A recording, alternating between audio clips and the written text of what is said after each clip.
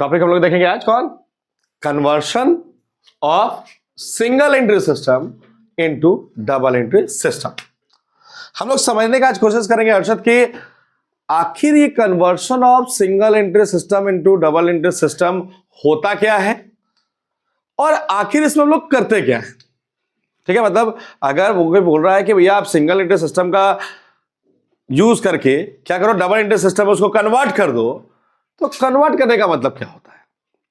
तो अभी तक हम लोग क्या सीखे अहमद कि भाई हम लोग के पास क्या होता था, भैया ऐसे व्यापारी होते थे जो क्या करते थे, भैया अपने अकाउंट्स को प्रॉपर्ली मेंटेन नहीं करते थे, और अकाउंट्स को प्रॉपर्ली ना मेंटेन करने वाले करते क्या थे कि भैया वो 2-4 पर्सनल लेजर खोल लिया करते थे और एक क्या करते थे, वो कैश बुक खोल लिया करते थे और उसके थ्रू अपना क्या करते थे, वो अकाउंटिंग परफॉर्म करते थे। तो अब आप जानते हो कि भैया ये तरीका कहीं से भी आपके पास क्या है, प्रॉपर तरीका अकाउंट्स मेंटेन करने का नहीं है। और इसको अगर लेकर के चले तो भैया अगर हमारे कल को बात करें इनकम टैक्स अथॉरिटीज वगैरह की बात करें और हमारे पास लीगल ऑफिसर्स की अगर बात करें तो इसको वो जनरली जो है ना एक्सेप्ट नहीं करते। तो अब इसके लिए होता क्या है कि अगर ऐसा कभी हो रहा है कि भैया कोई पर्टिकुलर पर्सन, कोई पर्टिकुलर ऑर्गेनाइजेशन अपने अकाउंट्स को मेंटेन करता है कैसे, सिंगल एंट्री सिस्टम के बेसिस पर, तो उस सिंगल एंट्री सिस्टम के इंफॉर्मेशन को यूज करके अगर हम कभी भी फाइनल अकाउंट्स बना देते हैं, क्या बना देते हैं, फाइनल अकाउंट्स बना देते हैं, तो सिंगल एंट्री सिस्टम के इंफॉर्मेशन को यूज करके फाइनल अकाउंट्स बनाना ही क्या कहलाता है, conversion of single entry system into double entry system कहलाता है। उम्मीद है जो बोले समझ में आया होगा। तो क्या बोल रहे हैं हम लोग कि अगर ऐसा कभी हो जाए कि भैया सिंगल एंट्री सिस्टम का के अकॉर्डिंग कोई इंफॉर्मेशन दिया होगा और उस इंफॉर्मेशन के आधार पे आप क्या कर रहे होंगे, आप फाइनल अकाउंट्स बनाने का काम कर रहे होंगे।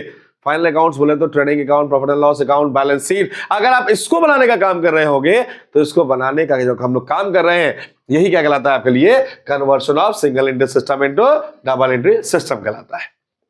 अब आप सब चूंकि फाइनल अकाउंट्स जानते हो तो फाइनल अकाउंट्स बनाने के लिए ट्रेडिंग कैसे बनता है, प्रॉफिट एंड लॉस कैसे बनता है, बैलेंस शीट कैसे बनता है, ये हम लोग जानते हैं और प्रीवियस टॉपिक्स में, प्रीवियस वीडियोस हम लोग देख भी चुके हैं कि भैया फाइनल अकाउंट बनेगा कैसे। तो हम लोग सीखने का काम करेंगे कि अगर गलती से मेरे पास इंफॉर्मेशन था अगर सिंगल एंट्री सिस्टम का था और उससे फाइनल अकाउंट बनाना पड़ा तो हमको क्या करना पड़ेगा। तो इसको याद रखना पड़ेगा ईशा कि हम लोग को क्या करना है, हम लोग को कम से कम 20 आइटम का ध्यान रखना पड़ेगा। भैया 20 आइटम हम लोग को याद करना पड़ेगा कि अगर 20 आइटम क्वेश्चन में अगर अवेलेबल नहीं है तो 20 में से जो आइटम मिसिंग होगा सबसे पहले उसको फाइंड आउट करना पड़ेगा और उसके बाद ही आप फाइनल अकाउंट बनाने का काम कर सकते हो। अब वो 20 आइटम कौन सा होगा, क्यों हमको चाहिए, वो अगर नहीं होगा तो भैया उसको कैसे फाइंड आउट करेंगे और उसके बाद फाइनल अकाउंट कैसे बनाएंगे, यही टॉपिक हम लोग इस पर्टिकुलर टॉपिक में पढ़ने वाले हैं, यानी कन्वर्शन में पढ़ने का काम करेंगे। अब इसमें पहला नाम क्या है भाई, तो सबसे पहला चीज जो हम लोग को जरूरी होता है, हम लोग इसको कहते हैं ओपनिंग कैपिटल। क्या जरूरी होता है, आप समझते होंगे कि जब आप फाइनल अकाउंट्स बनाते हो तो फाइनल अकाउंट बनाने के लिए आप बैलेंस शीट बनाते हो। अब बैलेंस शीट जब आप बनाते हो तो बैलेंस शीट के लायबिलिटी साइड में आप अक्सर देखते होंगे कि भाई आप कैपिटल लिखते होंगे और कैपिटल आपको ध्यान होगा कि आप कैपिटल कभी भी क्लोजिंग कैपिटल नहीं लिखते। कैपिटल कौन सा लिखते हो आप, ओपनिंग कैपिटल, और उसमें आप नेट प्रॉफिट को ऐड करते हो, एडिशनल कैपिटल को ऐड करते हो, ड्रॉइंग्स को लेस करते हो, लॉस होता है तो लेस करते हो और उसके बाद जो आता है उसको आप मेन कॉलम में लिख देते हो। तो अगर आपके पास ओपनिंग कैपिटल नहीं होगा तो क्या आप फाइनल अकाउंट में बैलेंस शीट बना पाओगे, तो नहीं बन पाएगा। तो अब अगर जब भी कभी क्या होगा, सिंगल सिस्टम के इंफॉर्मेशन को यूज करके अगर आपको फाइनल अकाउंट बनाना पड़ेगा यानी कन्वर्शन करना होगा तो आपको सबसे पहला आइटम क्या ढूंढना पड़ेगा क्वेश्चन में कि क्या होना चाहिए, उसमें ओपनिंग कैपिटल होना चाहिए। और ओपनिंग कैपिटल क्यों होना चाहिए, क्योंकि अगर ये नहीं होगा तो मेरा बैलेंस शीट प्रिपेयर नहीं हो पाएगा। यानी इसका रिक्वायरमेंट किस चीज को बनाने के लिए होगा, बैलेंस शीट को बनाने के लिए होगा। ये बात उम्मीद है क्लियर हो गया होगा। अब अगर गलती से मेरे पास नहीं होगा तो हमको क्या करना पड़ेगा भाई, तो बड़ा सिंपल से काम करना पड़ेगा कि अगर हमारे पास ओपनिंग कैपिटल नहीं होगा तो हम लोग जो काम नॉर्मल सिंगल एंट्री सिस्टम में किए थे कि भैया हम स्टेटमेंट ऑफ अफेयर्स बना लेंगे। हम क्या बना लेंगे, और कौन वाला स्टेटमेंट ऑफ अफेयर बनाएंगे भैया, ओपनिंग स्टेटमेंट ऑफ अफेयर बना लेंगे। और ओपनिंग स्टेटमेंट ऑफ अफेयर्स को बना के हम लोग क्या करेंगे, ओपनिंग कैपिटल निकालने का काम करेंगे। यानी इसको जानने के लिए कि अगर गलती से ये मिसिंग रह गया तो हमको क्या बनाना पड़ेगा, हमको बनाना पड़ेगा opening statement of affairs.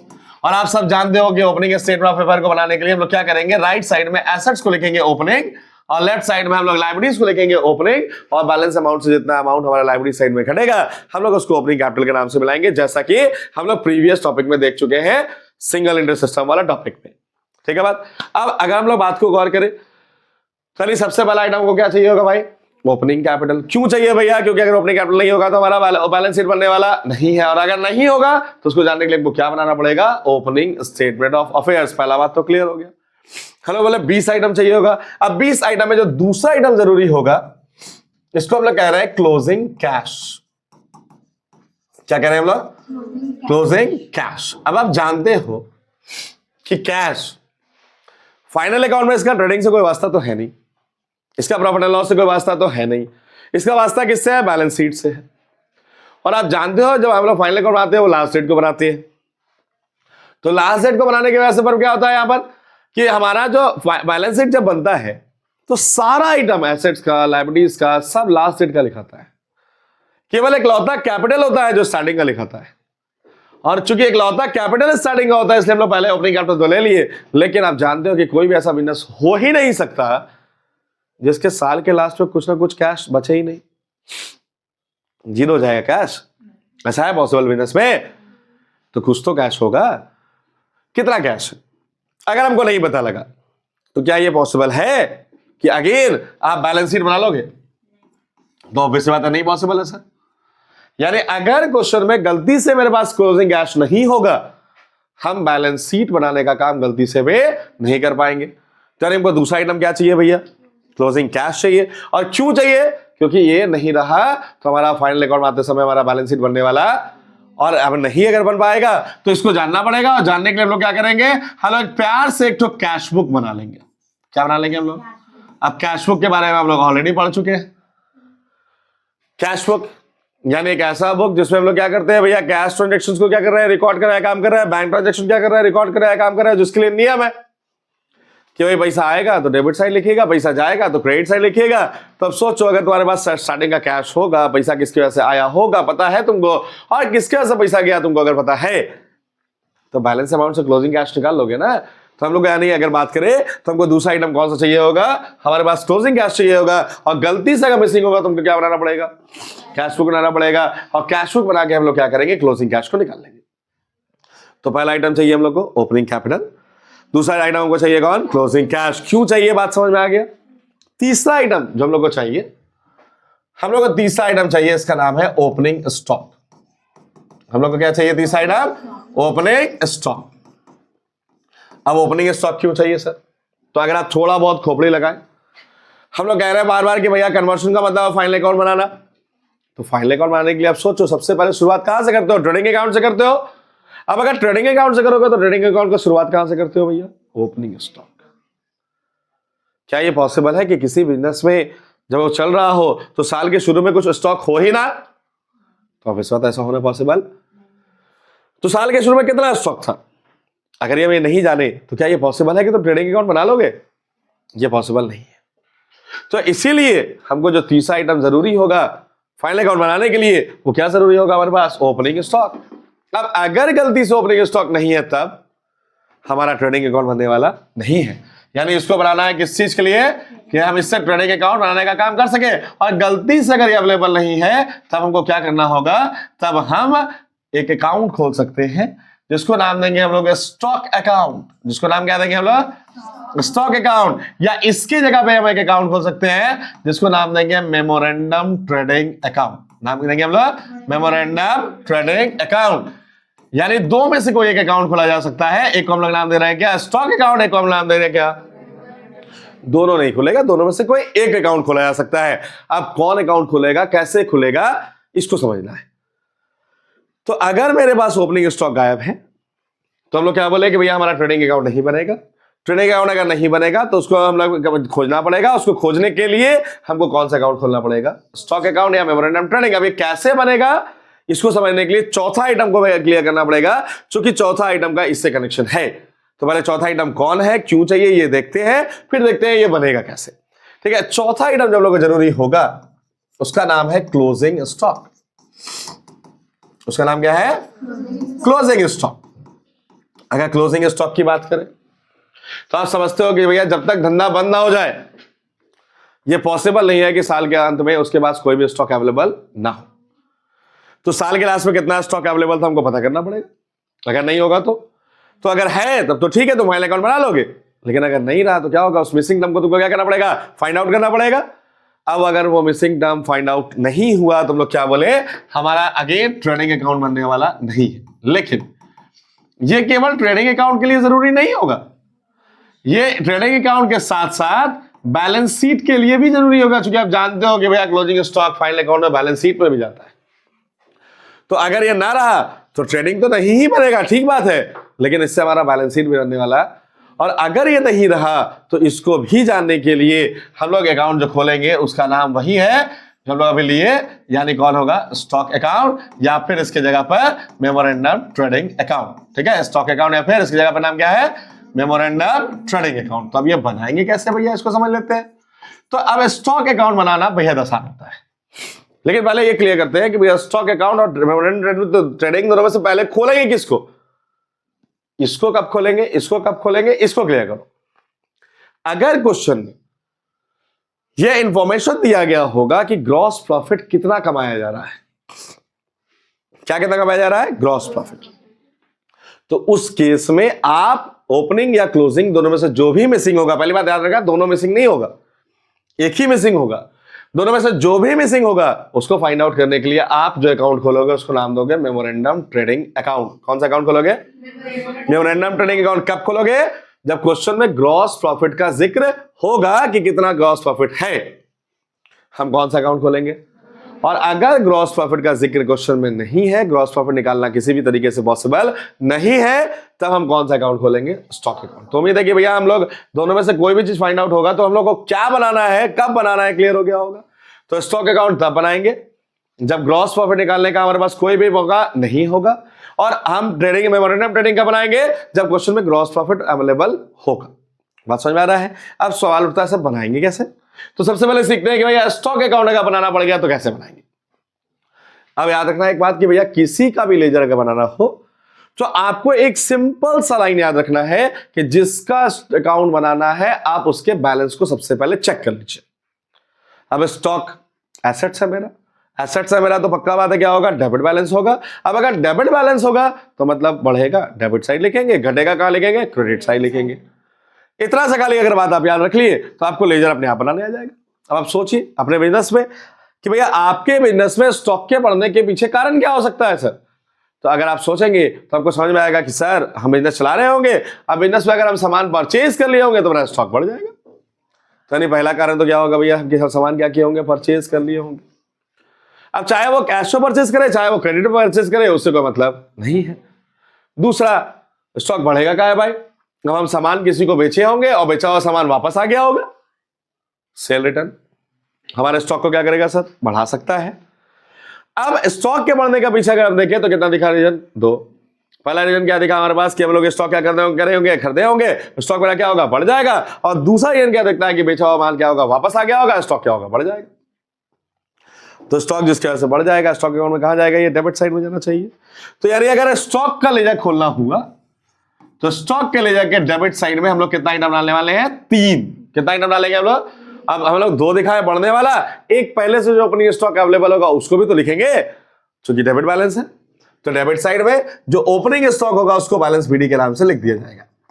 In case अगर नहीं होगा तो बैलेंस बीडी लिख करके कॉलम अमाउंट का खाली छोड़ देंगे, क्योंकि उसको बैलेंसिंग फिगर में हमको निकालना है। और जितना परचेज किए होंगे ये डेबिट साइड में मेंशन हो जाएगा, ठीक है बात, क्योंकि स्टॉक इससे क्या हो रहा है, बढ़ रहा है। और जितना सामान रिटर्न हुआ होगा वो सामान जो रिटर्न हुआ उसको भी डेबिट साइड में लिख दिया जाएगा, क्योंकि इससे भी मेरा स्टॉक क्या होगा, बढ़ रहा होगा। ठीक बात है। अब स्टॉक अकाउंट के क्रेडिट में क्या लिखेंगे भाई, सिंपल है, जिसकी वजह से स्टॉक घट गया होगा। स्टॉक क्यों घटा, बेच दो, स्टॉक घट जाएगा। चाहे कैश में बेचो चाहे उधार बेच दो, बेचने से स्टॉक क्या होगा, घट जाएगा। और स्टॉक क्या घटेगा भैया? हो सकता है भैया खरीदा हुआ माल तुम रिटर्न कर दिए होगे, स्टॉक क्या होगा सर? घट जाएगा। और स्टॉक क्या घट सकता है भैया? स्टॉक बर्बाद हो गया होगा, स्पॉइल हो गया होगा, किसी भी वजह से एक्सीडेंट हो गया हो, फायर लग गया हो, है ना, किसी भी वजह से बर्बाद हो गया होगा, हमारे पास क्या होगा? स्टॉक क्या होगा? घट जाएगा।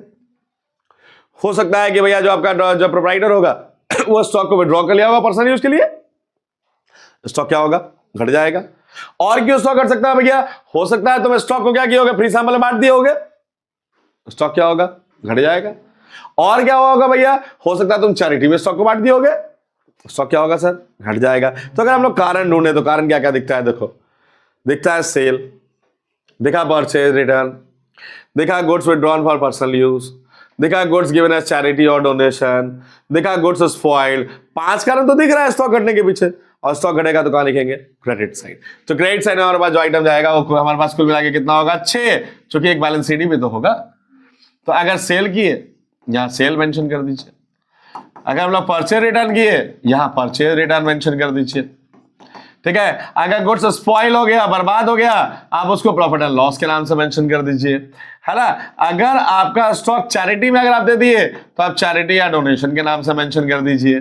अगर आप स्टॉक जो है ना विड्रॉ कर लिए पर्सनल यूज के लिए, आप इसको ड्रॉइंग्स के नाम से मेंशन कर दीजिए। और क्लोजिंग स्टॉक जो होगा वो किसके नाम से मेंशन कीजिए? बैलेंस सीडी के नाम से मेंशन कर दीजिए।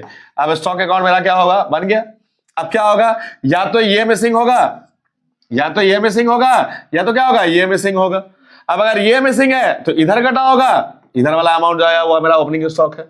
अगर ये दिया हुआ ये मिसिंग है तो इधर जो घटा होगा ये मेरा क्लोजिंग स्टॉक होगा। अब मेरा स्टॉक अकाउंट से क्या होगा?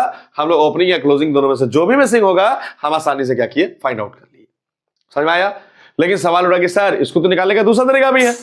और दूसरा तरीका क्या है कि हम लोग क्या बनाएंगे? Memorandum trading account. अब ये कैसे बनेगा, कब बनेगा, ये तो क्लियर कर लिए कि अगर प्रॉफिट निकालने का, ग्रॉस प्रॉफिट निकालने का कोई भी तरीका दिया होगा हम क्या करेंगे? मेमोरेंडम ट्रेडिंग बनाएंगे। बट बनाएंगे कैसे? तो इसको बनाने के लिए कुछ नहीं करना है, आप सिंपली क्या करना, आप गौर करना कि भैया हम लोग ट्रेडिंग अकाउंट बनाएंगे। क्या बनाएंगे हम लोग? ये जो मेमोरेंडम ट्रेडिंग अकाउंट है, ये मेमोरेंडम ट्रेडिंग अकाउंट को ट्रेडिंग अकाउंट के थ्रू बनाया जाता है।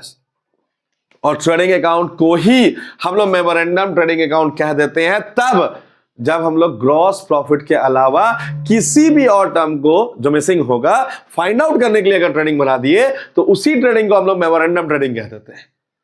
तो ट्रेडिंग और मेमोरेंडम ट्रेडिंग में एक डिफरेंस है कि ट्रेडिंग बनाते हैं ग्रॉस प्रॉफिट या ग्रॉस लॉस को फाइंड आउट करने के लिए, लेकिन अगर ग्रॉस प्रॉफिट ग्रॉस लॉस मेरे को पहले से पता है और हमको कोई और मिसिंग टर्म फाइंड आउट करना है जो ट्रेडिंग अकाउंट से कनेक्टेड है, तो उस समय उस ट्रेडिंग को ट्रेडिंग ना कह करके क्या नाम देते हैं? मेमोरेंडम ट्रेडिंग कहते हैं। क्या कहते हैं उसको यहाँ पर? अब आप जानते हो भैया अगर ट्रेडिंग अकाउंट और मेमोरेंडम ट्रेडिंग अकाउंट अगर एक ही तरह बनेगा तो क्या करोगे भैया? मेमोरेंडम ट्रेडिंग अकाउंट के लिए आप ट्रेडिंग वाला प्रोफार्मा यूज कर लो। आप ट्रेडिंग बनाने के लिए आप सबसे पहले क्या करते हो? सबसे पहले ओपनिंग स्टॉक को लिखते हो। आप डेबिट साइड में सबसे पहले किसको लिख दो? ओपनिंग स्टॉक को लिख दो। अगर अमाउंट क्वेश्चन में गिवन होगा तो अमाउंट लिख देना, नहीं तो भाई खाली छोड़ देना अमाउंट को। इसके बाद आप जानते हो ट्रेडिंग अकाउंट में डेबिट साइड में लोग परचेज लिखते हैं, रिटर्न होता है तो हम लोग क्या करते हैं? लेस करके लिख देते हैं। इसके अलावा जानते हैं डेबिट साइड में कोई भी एक्सपेंस जो डायरेक्ट हमारे पास होता है उस डायरेक्ट एक्सपेंस को मेंशन कर देते हैं। अब चूंकि हम लोग बोले कि मेमोरेंडम में मेरे पास क्या होगा? ग्रॉस प्रॉफिट गिवन होगा, तो जितना जीपी होगा उसको भी यहां लिख देंगे। जितना सेल होता था हम लोग क्रेडिट साइड में लिखते थे, सेल रिटर्न घटा के उसको यहां लिख देंगे। और उसके अलावा हम जानते हैं क्लोजिंग स्टॉक को लिखेंगे। अब दोनों में से कोई एक मिसिंग होना चाहिए। अब इमेजिन करो कि अगर गलती से ये मिसिंग है और ये सारा मेरे को पता है तो बैलेंस अमाउंट से क्लोजिंग स्टॉक निकल गया। अब अगर गलती से मान लो कि मेरे पास क्या हुआ भाई, इधर का सारा दिया हुआ है और ये मिसिंग है, तो इधर जो कट गया ये ओपनिंग स्टॉक के नाम से मिल गया। तो ओपनिंग स्टॉक या क्लोजिंग स्टॉक जो हुआ मेरा आसानी से क्या होगा? निकल जाएगा। कैसे? मेमोरेंडम ट्रेडिंग या स्टॉक बना के। तो कौन कब बनेगा? ग्रॉस प्रॉफिट निकालने का कोई तरीका अगर अवेलेबल होगा मेमोरेंडम ट्रेडिंग बना लेंगे, नहीं अवेलेबल होगा हम किसको बना लेंगे? स्टॉक अकाउंट बना लेंगे। ध्यान रखना कन्वर्शन टॉपिक में बहुत ज्यादा कंफ्यूजन इस चीज को लेकर के आता है कि भाई पहले वो 20 आइटम क्या है जो चाहिए, तो आपको इसको रट जाना है कि 20 आइटम चाहिए और समझ के रटना है कि क्यों चाहिए। और जब समझ के साथ लट गए कि भैया क्यों चाहिए, तो उसको जानने के लिए क्या बनाना पड़ेगा आपको ये देखना होगा, तो एकदम गौर से देखते रहना इसको, ठीक है। तो अगर हम लोग गौर करें तो हमारे पास अगर देखें तो भैया हमारे पास कितना आइटम हो गया, यहां पर हमारे पास 4 आइटम हो गया। अब 4 आइटम इसको लोग अभी रेस कर रहे हैं, 4 आइटम को अगर हम लोग गौर करें क्लियर करने के बाद जो 5वां आइटम हम लोग को चाहिए, 5वां आइटम हम लोग को चाहिए ओपनिंग डेटा। 5वां आइटम हम लोग को कौन सा चाहिए, ओपनिंग डेटा। अब ये क्या चाहिए सर, ओपनिंग डेटा।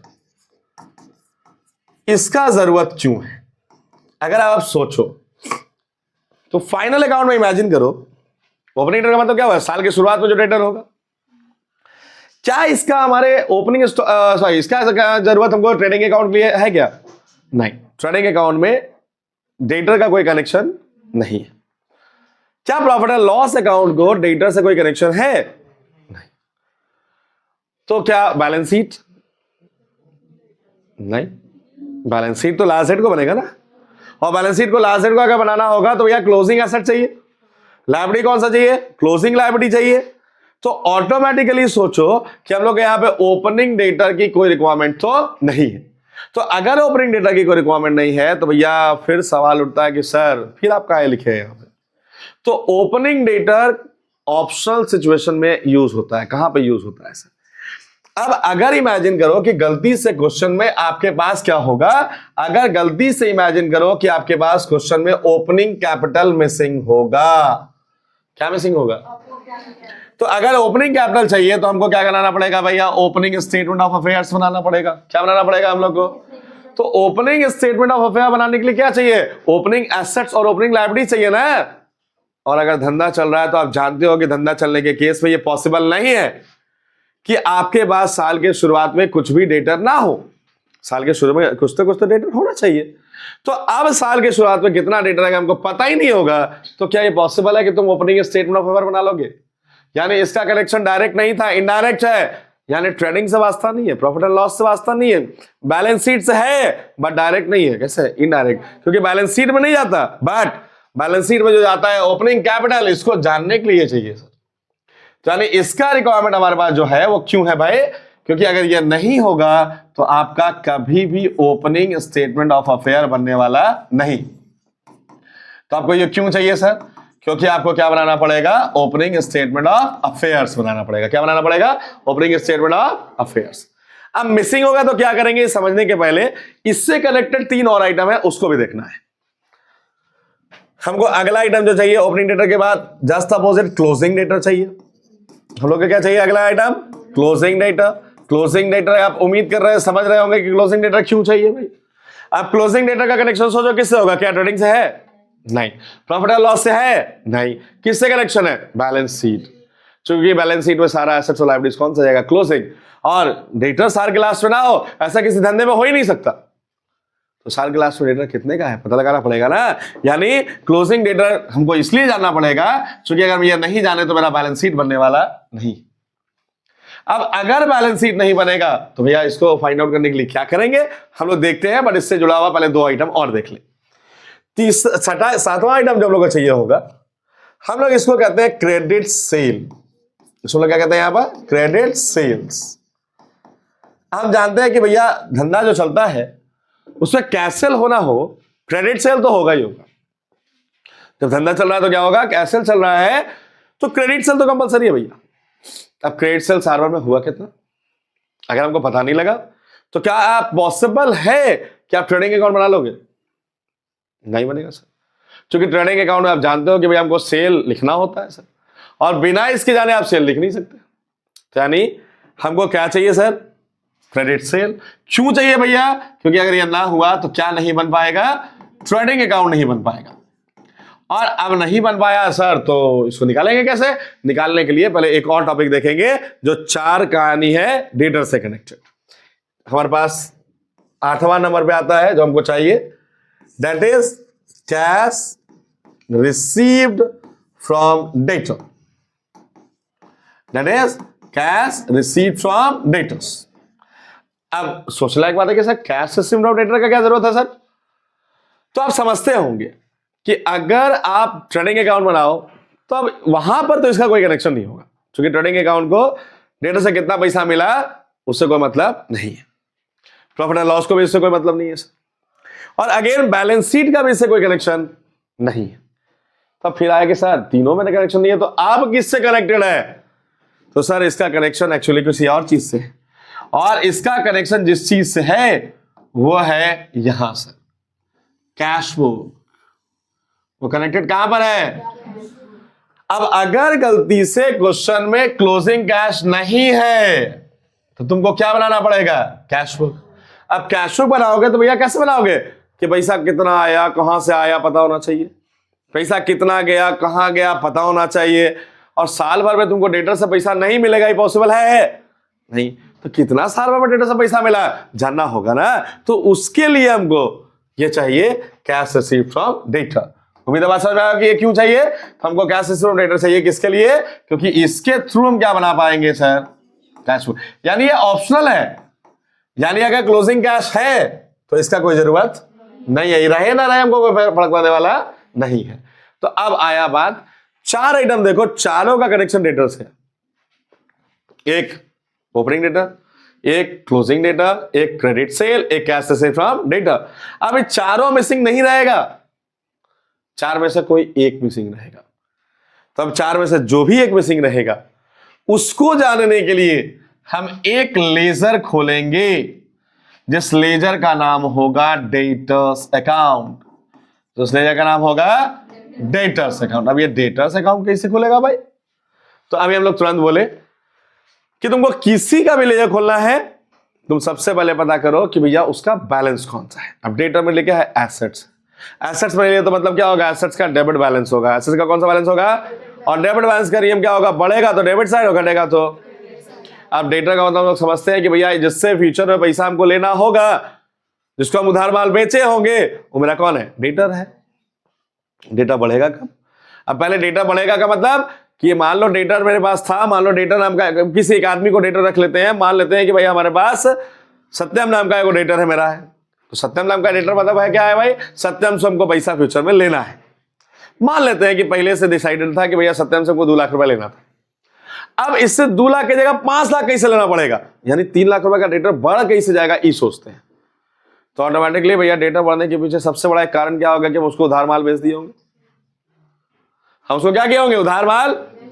तब ना 2 लाख की जगह हमको 5 लाख रुपए देने की बात होगी, क्योंकि 2 लाख का माल पहले से बेचा हुआ होगा, 3 लाख का इस साल बेच दिए होंगे, तब उससे हमको 5 लाख लेना पड़ेगा। पहला कारण क्या था सर? Credit sales. पहला कारण क्या था? एक और कारण हो सकता है डेटा बढ़ने का सर। डेटा बढ़ने का कारण क्या हो सकता है भाई? आप मान लीजिए कि भैया हम एक बिल लिख दिए होंगे डेटर पे और वो बिल डिसऑनर हो गया होगा। मतलब मान लीजिए हम सत्यम पे एक बिल लिखे होंगे और बिल क्या हो गया होगा? डिसऑनर। तो बिल अगर डिसऑनर हो गया तो सत्यम को छोड़ देंगे? नहीं, सत्यम से फ्यूचर में पैसा हमको, तो मेरा डेटर क्या होगा? बढ़ जाएगा। तो डेटर के बढ़ने के पीछे कितना कारण हो गया हमारे पास? 2। पहला उधार माल बेचे तब, और दूसरा जब बिल क्या हो गया? डिसऑनर। तो अब डेटर अकाउंट कैसे बनाएंगे हम लोग? अगर सीखना हो तो हम लोग को सीखने के लिए कुछ नहीं करना है भैया। डेटर अकाउंट बनाने के लिए सबसे पहले हम लोग डेबिट साइड में ओपनिंग बैलेंस लिख देंगे। चूंकि डेबिट बैलेंस है तो बैलेंस बीडी के नाम से मेंशन करेंगे। किसके नाम से मेंशन करेंगे? अमाउंट होगा तो ठीक, नहीं तो खाली छोड़ देंगे। उसके बाद डेटर जिसकी वजह से बढ़ा उसको लिख देंगे। यानी पहला कारण क्या दिया हम लोग? Credit sales. दूसरा कारण हम लोग दिए क्या? Bill dishonour. और बिल होगा तो पक्का बात है ये BR होगा, क्योंकि पैसा लेना होगा तभी हम लोग डेटा बढ़ेगा। तो बिल डिसऑनर डेबिट में लिखा गया। अब डेटा घटेगा जिसके कारण कहा जाएगा? Credit side. डेटा घटेगा किसके कारण से? अब सोचो सत्यम से हमको 5 लाख रुपए लेना है, क्या ऐसा कारण हो जाएगा कि भैया हमको सिर्फ 5 लाख की जगह 4 लाख लेना पड़ेगा? पहला कारण 1 लाख रुपए दे दिया होगा, कैश रिसीव्ड फ्रॉम डेटर। दूसरा लेके भाग गया होगा, डूब गया होगा, बैड डेट्स। तीसरा हम उसको डिस्काउंट दे दिए होंगे, कितना पैसा तुम मत देना। चौथा माल रिटर्न कर दिया होगा, सेल रिटर्न। पांचवा कोई कारण होगा? हाँ, एक और कारण होगा। पांचवा हम उसमें बिल लिख दिए होंगे। अब अगर हम बिल लिख दिए तो मतलब क्या हम उससे लेंगे कि बिल से पैसा लेंगे? तो पैसा बिल से लेंगे, डेटर क्या होगा? घट जाएगा। तो डेटर के घटने के पीछे कितना कारण आ गया? 5 कारण कौन कौन है उसको हम क्रेडिट साइड लिखते हैं। पहला कारण क्या था? बोले कि भैया पैसा ले लिए, तो कैश के नाम से लिख दिए।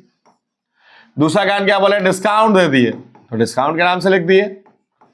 तीसरा कारण क्या है कि लेके भाग गया, पैसा डूब गया, बैड डेब्ट्स के नाम से लिख दिए।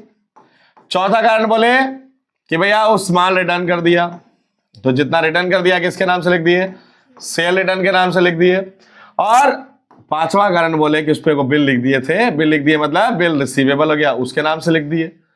और बैलेंसिंग अमाउंट क्या होगा, बैलेंस शीट ही, हम इसको क्लोजिंग लिख दिए। अब सोच के देखो कि अगर सारा अमाउंट में इमेजिन करो कि आपके पास अगर इन चार में से कोई एक मिसिंग हो, मतलब मान लो ई मिसिंग होगा और बाकी सब पता होगा, तो बैलेंस करके ये निकल जाएगा। अगर मान लो ये पता है और हमको ये पता नहीं है, ये पता है ये नहीं पता है, बाकी सब पता है, तो भी बैलेंस करके निकल जाएगा। मान लो इधर सब पता है, ये नहीं पता है, तो भी इधर बैलेंस करके निकल जाएगा। अगर ये भी पता है और ये नहीं पता है तो बैलेंस करके, यानी जो मिसिंग होगा हम बैलेंस करके क्या करेंगे, फाइंड आउट कर लेंगे। तो उम्मीद है क्लियर कर लिए होंगे कि हमारे पास चार और कौन आइटम चाहिए भैया हम लोग को, opening debtor, closing debtor, cash received from debtor और क्रेडिट सेल क्या दीजिए। उम्मीद है कोई दिक्कत। अब 8 आइटम क्लियर हो गया। ध्यान रखना, हो सकता है ये टॉपिक चूंकि बहुत ज्यादा लेंदी हो जाता है, 20-20 आइटम फाइंड आउट करना है तो नींद आना स्वाभाविक होता है। और इस टॉपिक में नींद आए ऐसा नहीं होना चाहिए, आपका दिमाग बिल्कुल दुरुस्त रहना चाहिए, क्योंकि आप बिलीव करो एक ऐसा टॉपिक है जिसका सिर्फ 11 में काम नहीं है। सीबीएसई सिलेबस से इसको हटा दिया जाता है, बट बिलीव करो ये सीबीएसई सिलेबस के अलावा बहुत काम आ जाता है, बिहार बोर्ड सिलेबस में काम आ जाता है। और जब आप सीए करने के लिए जाओगे, सीए आईपीसी का एक चैप्टर ही होगा सिंगल एंट्री सिस्टम, जिसमें क्वेश्चन आ जाता है ऐसा। तो आपको आगे के लिए ध्यान देना होगा। अब अगर बात करें, अगर 8 आइटम क्लियर है तो अब चलते हैं 9वां आइटम पर। 9वां आइटम आप सोचना, उम्मीद है समझ में आने लगेगा। ठीक उल्टा करते हैं, डेटा का उल्टा होता है क्रेडिटर। हमको 9वां आइटम चाहिए ओपनिंग क्रेडिटर, और कारण वही है जो डेटर के पीछे है। ओपनिंग क्रेडिटर कब चाहिए, डायरेक्टली नहीं चाहिए सर, तब चाहिए जब हमको क्या बनाना पड़ेगा, ओपनिंग स्टेटमेंट ऑफ अफेयर्स। क्या बनाना पड़ेगा, ओपनिंग स्टेटमेंट ऑफ अफेयर्स। ठीक है सर। अब 10वां आइटम कौन चाहिए, यहां था हमारे पास कौन, क्लोजिंग डेटर, अब आ जाएगा यहां पे कौन, क्लोजिंग क्रेडिटर। कारण भी वही है, क्या बनाने के लिए चाहिए था, बैलेंस शीट, ये भी क्या बनाने के लिए चाहिए, बैलेंस शीट। 11वां आइटम चाहिए हम लोग को, हमारे पास क्रेडिट परचेज ले लीजिए। क्यों चाहिए भैया क्रेडिट परचेज, तो वहां देखो क्रेडिट सेल क्यों चाहिए था, ट्रेडिंग, तो क्रेडिट परचेज भी किसके लिए चाहिए, ट्रेडिंग के लिए चाहिए। और कैश रिसीव्ड फ्रॉम डेटर है या कैश पेड टू क्रेडिटर आ गया होगा। अब कैश पेड टू क्रेडिटर का चाहिए भैया, तो डायरेक्टली तो नहीं चाहिए, सही है। हमको सही कहा कि भैया क्योंकि यहां पे हमको बनाना पड़ेगा क्या, तो बनाना पड़ेगा कैश बुक, और इसके लिए चाहिए सर। अब ऑब्वियस सी बात है, सोचो कि चारों मिसिंग नहीं होगा, 4 में से कोई एक मिसिंग होगा, 4 में से जो भी मिसिंग होगा उसको जानने के लिए आप जो अकाउंट खोलोगे उसका नाम क्या दोगे, क्रेडिटर्स अकाउंट। अब ये क्रेडिटर्स अकाउंट कैसे खुलेगा, तो आपको नहीं लगता कि क्रेडिटर अकाउंट डेटर अकाउंट का जस्ट अपोजिट होगा, क्योंकि क्रेडिटर जिसको पैसा देना है, डेटर जिससे पैसा, तो जस्ट अपोजिट रिएक्शन होगा। क्रेडिटर क्रेडिट बैलेंस होगा, बढ़ेगा तो क्रेडिट साइड, घटेगा तो। अब सोचो क्या क्रेडिटर में क्रेडिट सेल होगा या क्रेडिट परचेज, यहां बीआर डिसऑनर होगा या BP dishonoured, bills payable dishonoured. यहां पे हमारे पास जो है सेल रिटर्न, सेल रिटर्न होगा कि परचेज रिटर्न होगा, और यहां बिल रिसीवेबल की जगह बिल, डिस्काउंट तो वहां पर भी होगा, पैसा तो वहां पे पेड करना होगा। उम्मीद है कोई दिक्कत। हाँ, बैड डेब्ट्स की जगह नाम देंगे डेफिशिएंसी, नाम क्या देंगे, बैड डेब्ट्स मतलब हम लेके डुबा दिए, मेरा कोई डुबा दिया, तब क्या नहीं, अब उल्टा सोचे, उल्टा समझे। अगर हम लेके भाग गए तो ये डेफिशिएंसी है मेरे लिए, उसके लिए बैड डेब्ट्स। हम लेके भाग गए तो मेरे लिए क्या है, डेफिशिएंसी, जो कितना पैसा हमको नहीं देना पड़ा उसके लिए क्या है, चूंकि डूबा उसका, मेरा नहीं। ठीक है बात। तो अब इसका जस्ट अपोजिट करके ले जा बनाएंगे किसको, क्रेडिटर्स अकाउंट। तो उम्मीद है कि हम लोग कितना आइटम देख लिए भाई, 12। अभी हम लोग को 13वीं भी करना है। ठीक है, अब 13वीं में अगर चलेंगे भैया तो हमारे पास 13वां आइटम कौन है सर, ध्यान देने का काम करेंगे हम लोग। कभी कभी क्लास में होता क्या है ना कि भाई हमारे पास कुछ कुछ सोने वाले बच्चे भी होते हैं, तो सोने वाले बच्चे क्या होते हैं, जब सोने लग जाते हैं तो क्या होता है हम लोग को, भैया थोड़ा पानी वानी भी चाहिए होता है ना। अब भाई क्लास में हर बार हम लोग इंटरेस्टिंग बात थोड़ी करेंगे, जरूरी थोड़ी कि हम लोग मोटू पतलू की बात करते रहे। अब कभी कभी हमारे पास पांडे जी होते हैं, हाँ, इनको भाई कभी कभी क्या होता है भाई, थोड़ा सा नींद आ जाता है, प्यास लगता रहता है, तो थोड़ा पानी वानी भी पी लेते हैं। एक काम करते हैं, थोड़ा शकल वकल भी दिखाई देते हैं। हाँ खैर ध्यान दो। तो अब अगर बात को गौर करें, हमारे पास आता है 13वां आइटम का नाम लेंगे, आप गौर करना, यह आएगा बिल रिसीवेबल से कनेक्टेड। किससे कनेक्टेड आएगा? पहला हम लोग लेते हैं भैया कौन, ओपनिंग BR। किसको चाहिए? ओपनिंग। अब अपने दिमाग से पूछ के बताओ, क्या क्वेश्चन में या किसी बिजनेस में बिल रिसीवेबल होगा ये जरूरी है? तो नहीं है। यानी ये अब जो हम 8 आइटम काउंट करेंगे, ये हो भी सकता है और नहीं भी हो सकता है। तो अगर बिल रिसीवेबल है तब इससे जुड़ा हुआ 4 आइटम चाहिए, नहीं है तो नहीं चाहिए। अब बिल रिसीवेबल में 4 आइटम कौन? पहला ओपनिंग BR। क्यों चाहिए? रीजन वही है जो क्रेडिटर का था, यानी हमारे पास क्या बनाने के लिए चाहिए होगा? Opening statement of affairs. क्या बनाने के लिए चाहिए? Opening statement of affairs. उम्मीद है कि आप 14वां नाम तो समझ गए होंगे। नाम क्या लेंगे आप? Closing BR। अब क्लोजिंग BR अगर हम ले तो भाई ये क्यों चाहिए? सेम कारण ले लीजिए सर, बैलेंस शीट बनाने के लिए। 15वां आइटम हम लेते हैं cash received from BR। Bill से पैसा मिलेगा। क्यों चाहिए भैया? कैश बुक बनाने के लिए चाहिए। और चौथा आइटम जो हम लोग को चाहिए वो चाहिए bill received during the year. अब ये नया आइटम क्या है, क्योंकि इसका कहानी तो ऊपर था नहीं। अब बिल साल भर में कुछ तो लिखाया होगा, तो कितना का लिखाया अगर हमको नहीं पता लगा, तो यार क्या पॉसिबल था कि हमारा डेटर अकाउंट बन जाए? सही, डेटर के जो क्रेडिट में BR लिखे थे, ये वही तो BR है ना, bill received during the year. तो अगर ये ना रहा, हमारा डेटा बनने वाला नहीं, जिसकी वजह से हम लोग को क्या चाहिए? डेटर अकाउंट बनाने के लिए चाहिए हम लोग को कौन? Bill received during the year. और गलती से अगर चारों में से कोई भी मिसिंग हो, चारों नहीं होगा, चारों में से कोई एक होगा, तो इसके लिए हमको जो लेजा खोलना पड़ेगा उसका नाम है बिल रिसीवेबल अकाउंट। नाम क्या है? बनाएंगे कैसे भाई? फिर वही नियम लगाओ कि भाई बिल मेरे लिए क्या है? Asset sir. बढ़ेगा डेबिट साइड, घटेगा क्रेडिट साइड। अब सोचो बिल बढ़ेगा कब? अब बिल बढ़ेगा का मतलब क्या? बिल ऐसे रबड़ की तरह खींच दे। बिल बढ़ने का मतलब क्या है कि मान लो BR से मेरे को पहले पैसा लेना था 1 लाख का, अब BR से पैसा लेना है 3 लाख रुपए का, तब कहेंगे कि बिल मेरा क्या हुआ? बढ़ गया। तो बिल बढ़ेगा कब? तो बिल बढ़ने के पीछे सिंपल सा रीजन है कि भैया हम उधार माल बेचकर जिसको बेचे होंगे उस पर को बिल लिख दिए होंगे नया वाला। तो नया बिल आप जैसे ही लिख दिए तो बिल क्या होगा? बढ़ जाएगा। बिल के बढ़ने का कितना रीजन हुआ? एक ठो। कौन रीजन दिखा कि बिल मेरा क्या हुआ भैया? किसी पर लिख दिया गया। बढ़ने के पीछे और अभी कोई विशेष कोई रीजन नहीं लिखा। लेकिन बिल घटेगा क्या है? सिंपल है, बिल हमको पैसा दे दिया होगा, अब पैसा लेंगे जो बात। दूसरा डिसऑनर हो गया होगा। दूसरा क्या हो गया होगा? बिल डिसऑनर हो गया होगा। तीसरा बिल हम बैंक से डिस्काउंट करा लिए होंगे। हेलो, पढ़े हैं इस चीज को, बिल डिस्काउंट करा सकते हैं हम लोग। चौथा बिल हम किसी और को बेच दिए होंगे, क्योंकि बिल नेगोशिएबल होता है, पेमेंट के तौर पे किसी और को दे दिए कि भाई ले ले, कल को जाके उससे पैसा ले लेना। चौथा कारण क्या हो सकता है सर? मान लेते हम लोग रईस लोग होंगे, इतना भी भैया हमारे पास टाइम ना होगा कि भैया हम बिल जाकर के जाना खुद जाके पैसा ले। हम बैंक को बोलेंगे एक काम करे, पकड़ बिल, ड्यू डेट आएगा, पैसा लेके अकाउंट में डाल दियो, कलेक्शन के लिए भेज देंगे। तो बिल घटने के पीछे कितना कारण दिखता है? 5। अब बढ़ेगा तो कहां जाएगा? Debit side.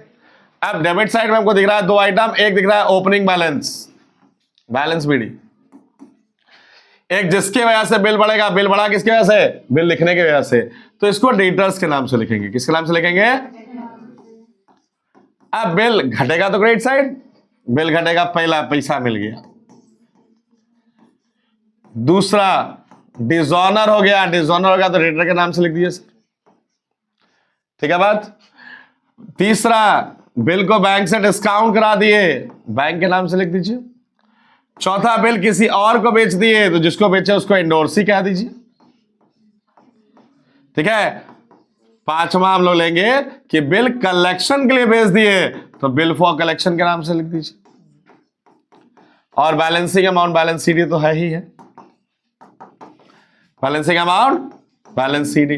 अब इमेजिन करो इसमें मिसिंग कौन हो सकता है, या तो ये, या तो ये, या तो ये, या तो ये। अब चारों में से जो मिसिंग होगा हम बैलेंसिंग फिगर से उसका अमाउंट निकाल लेंगे। तो कितना हो गया सर, 16 आइटम। 4 आइटम अभी भी बाकी है सर। अब 4 आइटम अभी बाकी कौन है सर, 17वां करिए, आइए 17वां करते हैं सर, है ना। अब तो आहुति मिल ही जाएगा 17वां करके। हाँ, तो 17वां उम्मीद आप समझ रहे होंगे। ना ना ना, 17वां वो आदमी वाला नहीं, यहाँ वाला 17वां। ठीक है, वो हमारे पास आएगा कौन, ओपनिंग बीपी। उम्मीद है समझ रहे होंगे क्यों चाहिए भैया। अगेन सेम रीजन, कहाँ के लिए चाहिए, ओपनिंग स्टेटमेंट ऑफ अफेयर्स के लिए चाहिए। हम लोग को और क्या चाहिए भैया, तो उम्मीद है क्लियर होगा, क्लोजिंग बीपी। किसके लिए चाहिए, बैलेंस शीट के लिए चाहिए।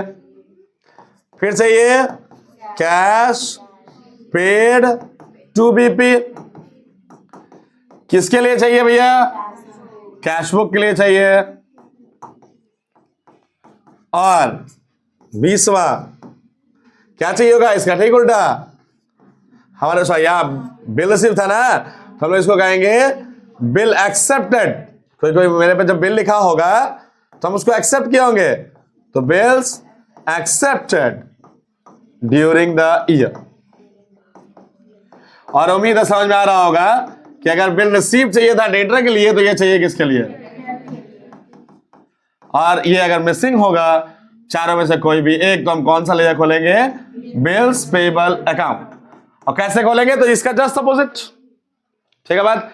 अब ये 20 आइटम जो हम लोग को ढूंढ लेंगे, इसके बाद आप बहुत प्यार से बना सकते हो फाइनल अकाउंट, यानी ट्रेडिंग अकाउंट जैसे बनाते थे वैसे बनाओगे, प्रॉफिट एंड लॉस जैसे बनाते थे बनाओगे, और बैलेंस शीट जैसे बनाते थे बनाओगे। लेकिन इस बात को एकदम भूलना नहीं है कि भाई आप कन्वर्शन सिर्फ तभी कर पाओगे जब आपको प्यार से ये 20 के 20 आइटम आपको याद होगा। अगर आपको एक भी आइटम अगर आपको याद ना रहा, एक भी आइटम गलती से आप मिस कर गए, तो ये किसी भी कीमत पे पॉसिबल नहीं है कि आप क्या बना सकेंगे सर, कन्वर्सन।